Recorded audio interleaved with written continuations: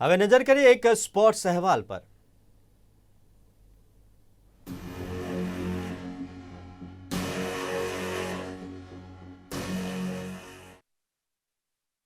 અમદાવાદની અલ્ટેબોલ sports academy ખાતે યોજાયેલ ITF M25 મેન્સ ટેનિસ ટુર્નામેન્ટની સિંગલ્સ ફાઇનલ ગઈકાલે રમાઈ ગઈ, જેમાં ગુજરાતના આર્યન શાહે ફાઇનલમાં ટોપ સીડ જય ક્લાર્કને સીધા સ્ટેટ્સમાં 6-1 અને 6-3થી હરાવીને ટાઇટલ્સ જીતી લીધું હતું।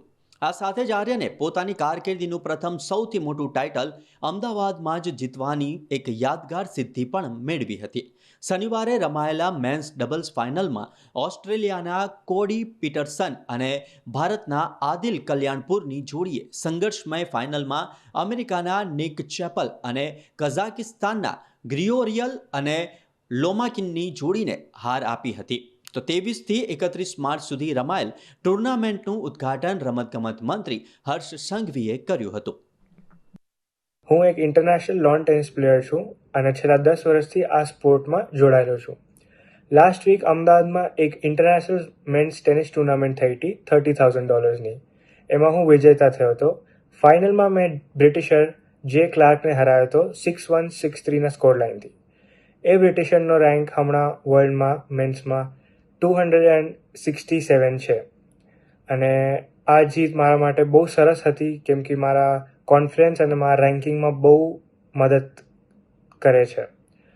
અને આ એક જીત બહુ સ્પેશિયલ છે, કેમ કે આ મારા પોતાના હોમ સિટીમાં આવી છે, હોમ એકેડમીમાં આવી છે આલ્ટેવોલમાં। અને હું બહુ જ સૌભાગ્ય પોતાનો માનું છું જે માણસો અને પબ્લિક મારી મેચ સ્પેશિયલી જોવા આવી હતી અને મને સપોર્ટ કરવા આવી હતી। એક બહુ મોટી વસ્તુ છે કે હું મારા પોતાના સિટીમાં, હોમ સિટીમાં આટલી સરસ મોટી કેટેગરીની મેન્સ ટુર્નામેન્ટ જીતી શક્યો છું। ગુજરાતની સબ જુનિયર ફેન્સિંગ ટીમે 26થી 30 માર્ચ 2025 દરમિયાન JLN સ્ટેડિયમ, કટક, ઓડિશા ખાતે આયોજિત સબ જુનિયર નેશનલ ફેન્સિંગ ચેમ્પિયનશિપમાં 1 સિલ્વર અને 2 બ્રોન્ઝ મેડલ જીતીને ગુજરાતને ગૌરવ અપાવ્યું છે। તબ સબ જુનિયર બહેનોની સેબર ટીમે ઉત્કૃષ્ટ પ્રદર્શન કરી છત્તીસગઢ, પંજાબ અને દિલ્હીને હરાવીને ફાઇનલમાં પહોંચી હતી, પણ મણિપુર સામે 45થી 37થી પરાજય થતા સિલ્વર મેડલથી સંતોષ માનવો પડ્યો હતો। તો સબ જુનિયર ભાઈઓ ઈપીની ટીમે છત્તીસગઢ અને તમિલનાડુને હરાવી સેમીફાઇનલમાં સ્થાન મેળવેલ, પણ મણિપુર સામે હારતા બ્રોન્ઝ મેડલથી સંતોષ માનવો પડ્યો હતો।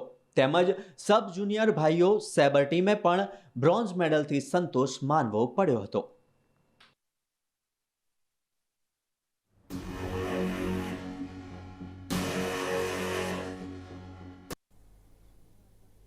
તો હાલ સમાચારમાં બસ આટલું જ। વધુ સમાચાર અને અપડેટ માટે જોતા રહો ગુજરાત ન્યૂઝ, સત્યની સાથે। નમસ્કાર।